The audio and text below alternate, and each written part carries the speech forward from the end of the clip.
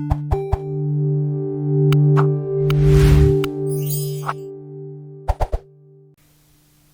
went through the Pentagon 10 days after 9/11.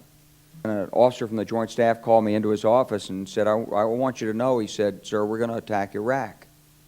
And I said, why? I said, well, did they tie Saddam to 9/11? He said, no. And then we attacked Afghanistan. I was pretty happy about that. We should have. And then I came back to the Pentagon about 6 weeks later. I saw the same officer. I said, why haven't we attacked Iraq? We still going to attack Iraq? He said, oh, sir. He says, it's worse than that. I just got this memo from the Secretary of Defense's office. It says we're going to attack and destroy the governments in 7 countries in 5 years. We're going to start with Iraq, and then we're going to move to Syria, Lebanon, Libya, Somalia, Sudan, and Iran. And I realized then, it came back to me, a 1991 meeting I had with Paul Wolfowitz.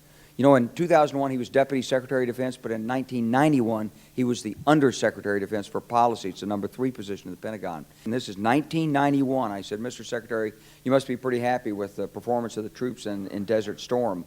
And he said, well, yeah, he said, but not really. He said, because the truth is we should have gotten rid of Saddam Hussein, and we didn't.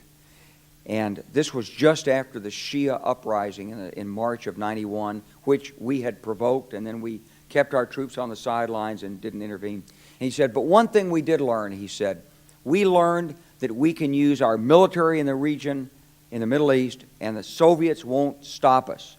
He said, and we've got about 5 or 10 years to clean up those old Soviet client regimes, Syria, Iran, Iraq, before the next great superpower comes on to challenge us.